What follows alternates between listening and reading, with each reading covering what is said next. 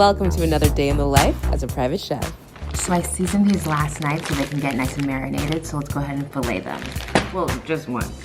Now I had a special request for some fillets, so that's what I'm doing here, just taking it off the spine. Look how perfect and beautiful she is. And then we're getting ready for the stew, cutting up all the vegetables we need before we get to sauteing them. And I'm also making jerk salmon with stew beans that I made last time because they just absolutely love them. And just my luck, when I get into the groove of things, I find the funkiest can opener. Something.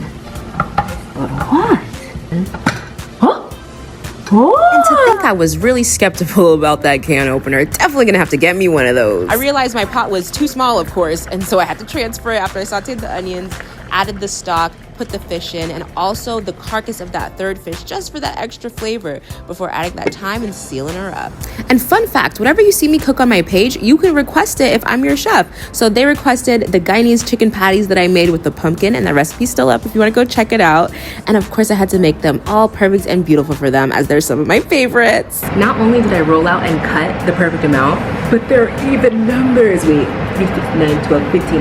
They're odd numbers, but like they're in rows of 3s, and that's really satisfying if I'm up there going, bye.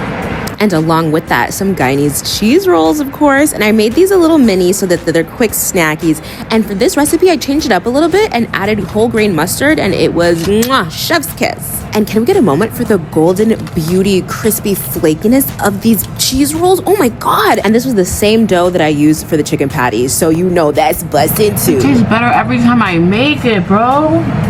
Next up is breakfast. I'm gonna make some shakshuka with some drizzled scrambled eggs throughout, and a Middle Eastern pancake called katayef, where you cook it on one side until it's golden brown, and you can stuff it with whatever you want. I'm making half of them stuffed with the shakshuka that we made, and the other half with chicken sausage, egg, and some cheese. Pinch the edges together, and you've got the perfect breakfast pocket. Moving on to our final meal of the day, we've got some chicken keftas. Big shout out to Chef Zach for the inspo, because ditching the skewers and just focusing on flavors and getting the job done was easy breezy, 1, 2, 3 Definitely something I'm gonna do for my own personal meal prep as well. Not only are these insanely easy to make, but you can make them and season them with whatever you want. Drizzle them with some olive oil, broil them for a bit, so much that I've set the alarm off, and we're ready to store everything away. I separate the proteins from the sides, label everything, give heating instructions, clean the kitchen, and that's all she wrote. Off to the next.